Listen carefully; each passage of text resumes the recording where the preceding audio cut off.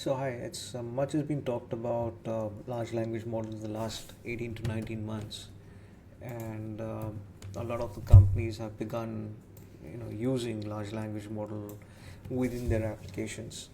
Now, to name a few, most of them happen to be conversational AI agents, and the idea for conversational AI agent may be supporting a customer support discussion, or they could be basically selling products or some information regarding the products and services which the companies are actually talking about. So specifically, there's a widespread adoption in what we're seeing in terms of Gen AI models and across various business sectors. Now, like most human conversations, which we've seen typically when we kind of have a series of conversation of 5 or 6 or maybe 10 different sentences, we have a tendency to remember the state across most of these conversations. But apparently, large language models don't really have the ability to remember the state because the language models have been fine tuned with the specific data. And the limited bit of state management which most of the current implementation do is basically keep track of all the context which is been talked about in the last 10 or 15 communication or series of conversation, and kind of feed that entire information back to the large language model.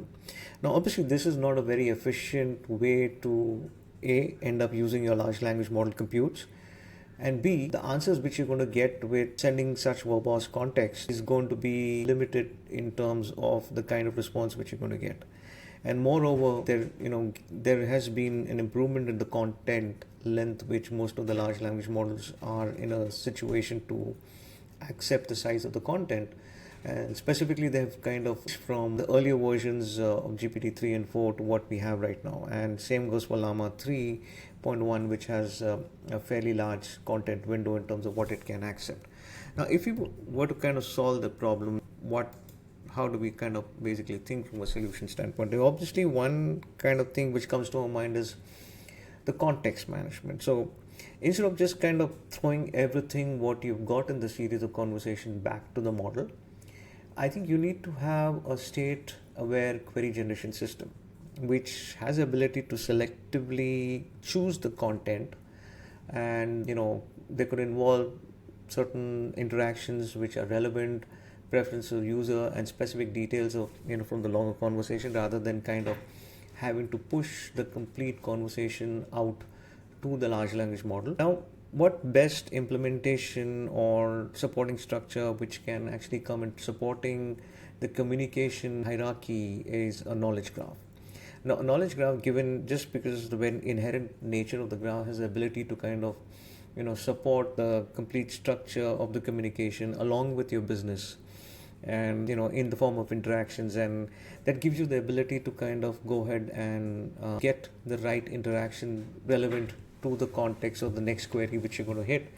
So the idea is every time you go ahead and hit a query, what the state aware query generation system is really going to do, it's going to go ahead and go to the knowledge graph, query the knowledge graph to kind of get the relevant context or facts and states data regarding the knowledge graph, and the ability of the knowledge graph to store the complete business context and as well as the interactions. That kind of gives the ability, every time we fire a new query, the state aware query generation system is actually going to go ahead, fire another query back to the knowledge graph to find out all the relevant context, facts, and details, and club all of that with the current context and send it to the large language model.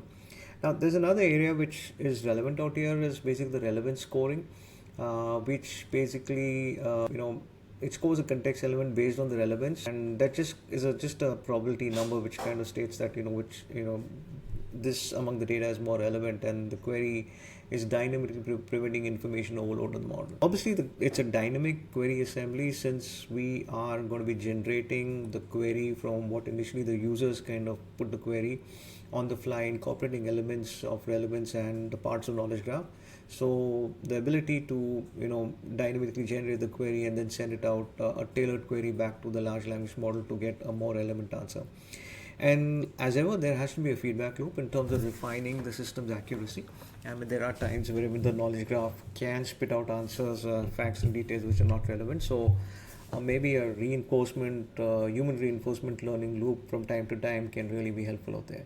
For example, user correction or clarification could be just to adjust this, relevant scoring or to update the knowledge graph.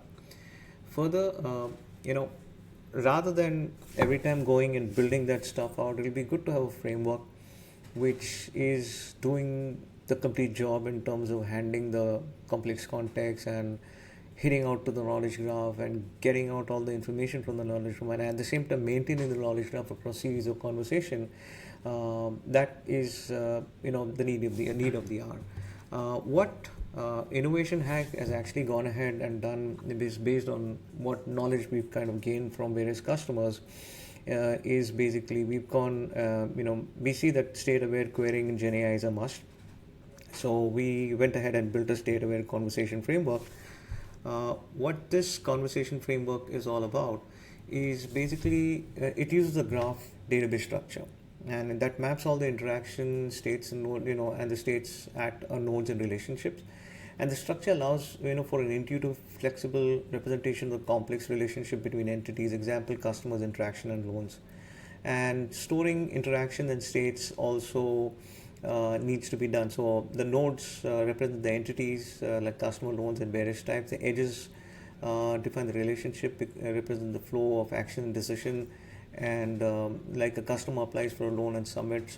So in a nutshell, we store the corresponding entities as well as the interaction so associated with the entity in terms of what conversation happened at what point of time, and did that specific conversation lead to a state change of the loan application. And necessarily, I think there'll be various implementation differences in different industries, but largely the graph database in general is really helpful in terms of storing both the schema as well as the interactions, in order to kind of support state-aware conversation. Next important thing is the access management, which is a crucial component. What we've seen with most of our customers, a lot of the information which is stored outside of the large language model is sensitive by nature. And what we've done, we've kind of gone ahead and implemented RBAC, that is role-based access control and attribute-based access control over above the graph database. And so basically, every time you fire a query, the query based on your context filters out information which you are not entitled to see, and only kind of give the information which you are allowed to see based on your access control. And likewise, the framework addresses the relevant data protection laws and industry standards like GDPR, HIPAA, and Sarbanes-Oxley Act. Safeguarding the sensitive information. So there's a complete audit trail as to when, what information is stored, what has been changed, etc., as per the Governance Act. Furthermore, what we kind of go ahead and give. So obviously, you have the framework and you've implemented the framework. You obviously want a dashboard to kind of go ahead and see the display of the state-aware queries and complete audit trail for individual queries. Access management, you want to kind of give access to certain parts of the graph database to certain people. And in some cases, we've also done integration with existing databases. Just in order, if you are using a relational database, we go ahead and integrate the entire system so as to basically ensure the access control is of relevance out there as well. Additionally, there's management and monitoring tools, which will basically include in terms of key areas of system, ensuring that all components operate efficiently and securely. Dynamic query generation, like we mentioned earlier, generates query based on the current state of the graph, dynamically accessing, updating nodes and relationship as interaction. This approach ensures that the queries are contextually relevant and reflect the latest data. Now, obviously, there are certain advantages of SAC, in terms of the real-time updates, since we're using the graph database and as the conversations are going through, and we've kind of implemented the SAC framework for business process automation using GenAI models. And at that point in time, this was really helpful in terms of maintaining the real-time updates, which are crucial for maintaining an accurate and current overview of each customer's journey and interaction. Complex query support. Graph structure supports the generation of complex queries that can navigate through multiple layers of relationships and states, enabling sophisticated analysis and decision-making process. By using the graph database, SAC can efficiently manage and utilize the extensive data involved in the interactive process, making it ideal for application requiring a detailed tracking of state and user interactions. With that being said, I think this was a short session. We've seen SAC being used in most of the conversational bots, business process automation. Wherever you kind of end up using LLM, you obviously want to have state-aware conversations with LLMs. And no better way to do that than using the SAC framework. For any questions and queries, you can reach out to this email address. Thank you.